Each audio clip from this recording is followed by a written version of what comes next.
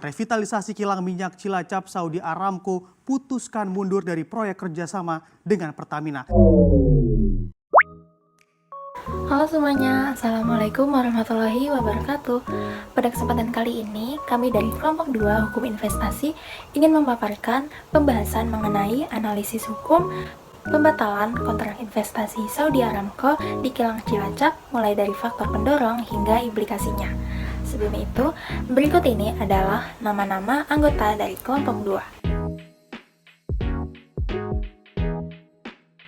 Investasi asing berperan penting dalam pertumbuhan ekonomi Indonesia, terutama di sektor energi.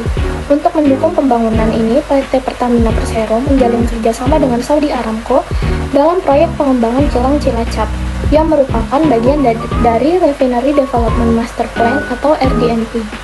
Investasi asing membantu mengurangi impor, meningkatkan devisa, serta mendorong transfer teknologi dan penciptaan lapangan kerja. Namun, investasi sangat bergantung pada stabilitas politik, kepastian hukum, dan regulasi yang jelas agar dapat berjalan dengan baik. Meskipun telah melalui negosiasi sejak 2016, kerjasama antara Pertamina dan Saudi Aramco dibatalkan pada 2020 akibat berbagai faktor, seperti perbedaan penilaian aset, perubahan strategi bisnis, dinamika geopolitik, dan kebijakan energi nasional. Pembatalan ini menimbulkan implikasi hukum terkait mekanisme penyelesaian sengketa investasi, serta berdampak pada iklim investasi dan kepercayaan investor asing.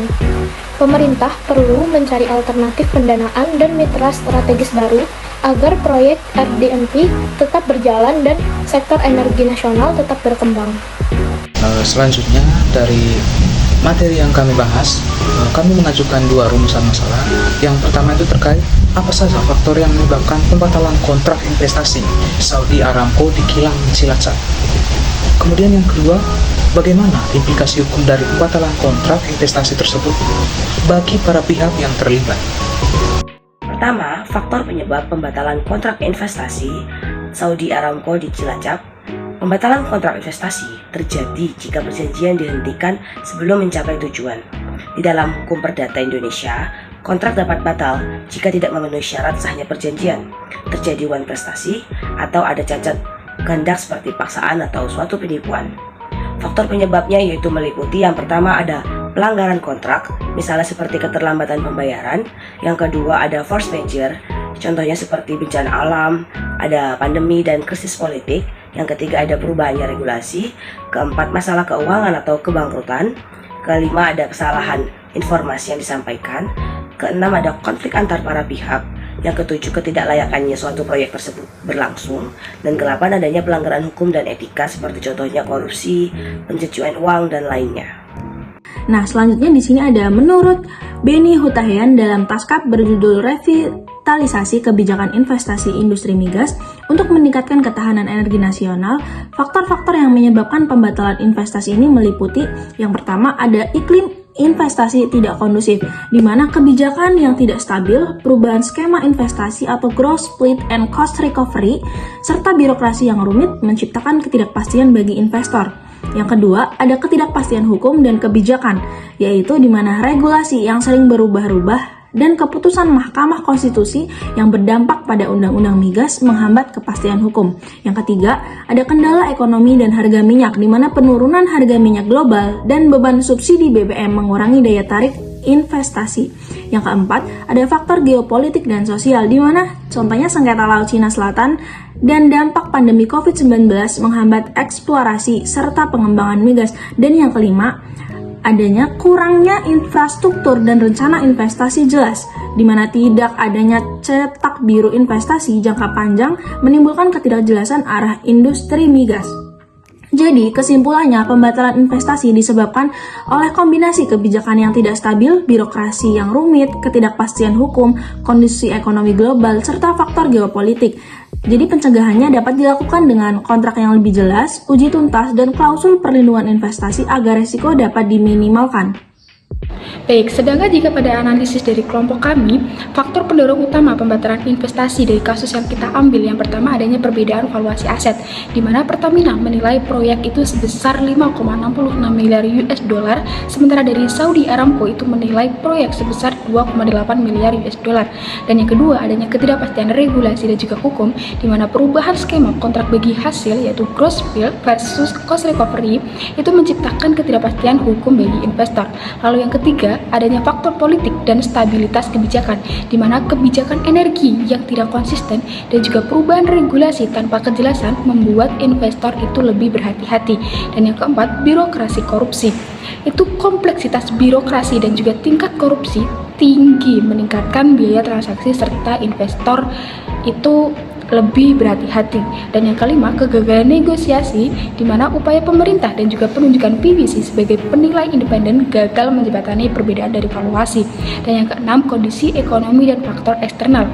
Secara keseluruhan, kombinasi dari faktor ekonomi, politik maupun hukum itu menciptakan ketidakpastian sehingga mengakibatkan pembatalan dari investasi Saudi Aramco. Implikasi hukum dari pembatalan kontrak investasi bagi para pihak yang terlibat. Pembatalan kontrak investasi seperti pada proyek kilang Cilacap dan Saudi Aramco dapat menimbulkan ketidakpastian hukum dan resiko finansial bagi para pihak yang terlibat. Konsekuensinya termasuk tuntutan ganti rugi kecuali ada klausul khusus yang memungkinkan pengakhiran tanpa keputusan pengadilan berdasarkan pasal 1226 KUH Perdata.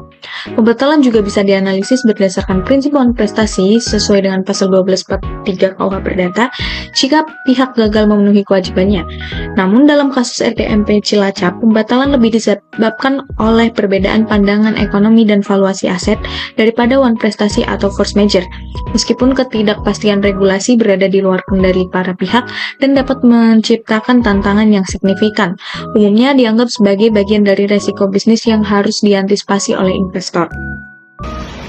Ketidakpastian regulasi dapat merusak kepercayaan investor dan juga mempengaruhi hubungan diplomatik antar negara, terutama di sektor strategis seperti minyak dan juga gas.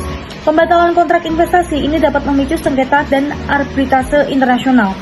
Apabila kontrak investasi ini diakhiri secara sepihak tanpa sebab yang baik, maka pihak yang mengakhirinya dapat dimintai pertanggungjawaban. Namun, jika pemutusan sepihak ini tuh terjadi sebelum pelaksanaan perjanjian, maka pembatalan itu hanya akan mengembalikan perjanjian ke keadaan semula, atau seolah-olah tidak pernah ada perjanjian. Salah satu prinsip utama dalam hukum investasi internasional adalah kewajiban negara tuan rumah untuk memberikan perlakuan adil dan juga setara atau fair and equitable treatment kepada investor asing sebagaimana diatur dalam banyak perjanjian bilateral investasi. Kemudian jika negara tuan rumah itu gagal memenuhi kewajiban ini, maka sengketa ini tuh dapat dibawa ke forum arbitrasi internasional seperti International Center for Settlement of Investment Disputes atau mekanisme penyelesaian sengketa yang lainnya. Nah, setelah pembahasan dari teman-teman tadi, bisa ditarik kesimpulan bahwa pembatalan kontrak investasi merupakan suatu kondisi di mana perjanjian investasi yang telah disepakati oleh para pihak dihentikan sebelum mencapai tujuan yang telah direncanakan. Pembatalan kontrak investasi bisa terjadi karena kombinasi dari kebijakan yang tidak stabil, birokrasi yang rumit, ketidakpastian hukum, kondisi ekonomi global, serta faktor geopolitik yang mempengaruhi minat investor. Pembatalan kontrak investasi dapat mempengaruhi hubungan diplomatik antar negara, merusak kepercayaan investor, hingga memicu sengketa dan arbitrase internasional. Apabila kontrak investasi diakhiri sepihak tanpa sebab yang baik, maka pihak yang mengakhirinya dapat dimintai pertanggungjawaban. Sekian pembahasan dari kelompok kami, semoga bermanfaat dan kurang lebihnya mohon maaf. Wassalamualaikum warahmatullahi wabarakatuh.